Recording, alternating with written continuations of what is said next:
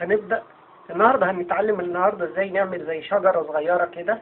الورقة A4 هنقسمها نصين بالطريقة دي، وهناخد اكتر من جزء، يعني هناخد جزء وليكن 3 اجزاء اهو، هنقصهم مقصوصين جاهزين.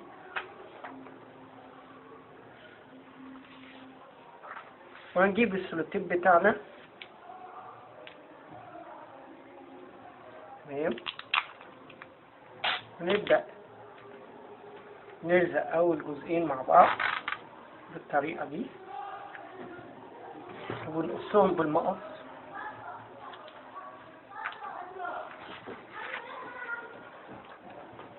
بالطريقة دي، واخد جزء تالت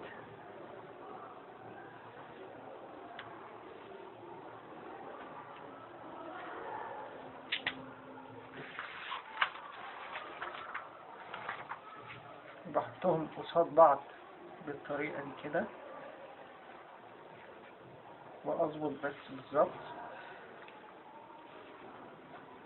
واخد السوليتيب بتاعنا واجمع الجزء الثالث بالطريقة دي،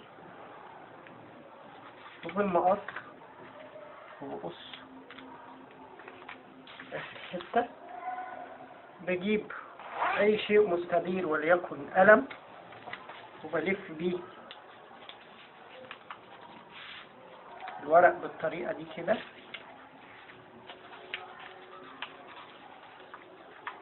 وابدأ اكمل الورقة كلها زي الاسطوانة كده،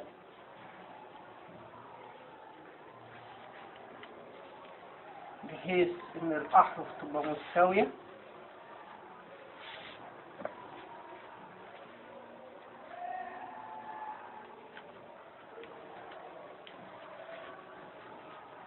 نفس الطريقة، ولو الورق ملون يكون احسن طبعا، هيدي اشكال، لكن المتاح دلوقتي حاليا هو ورق ابيض.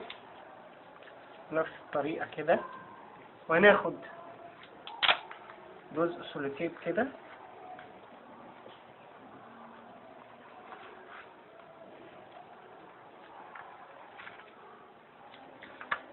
ونضم الجزء ده كده خالص،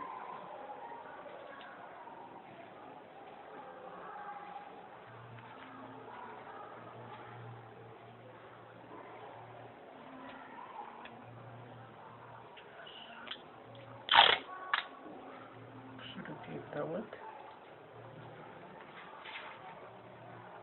بنكمل باقي الشكل ده. الشكل النهائي عملنا اسطوانة ماسورة او اسطوانة. هستعمل المقص وهقص جزء من الماسورة كده. قصيت جزء هنا، يبقى هقص قصاده بالظبط، يعني قصيت هنا هقص قصادها بالظبط كده،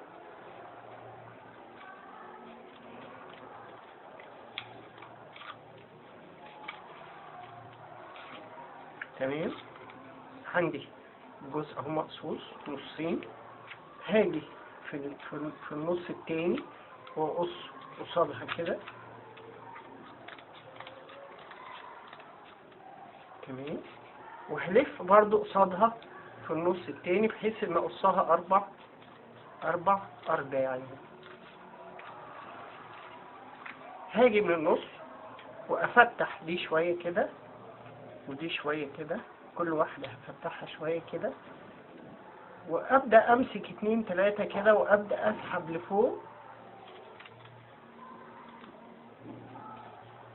وبدأ عندي الشكل كده. لو احنا عندنا الورقة ملونة هتطلع الشكل بالطريقة دي.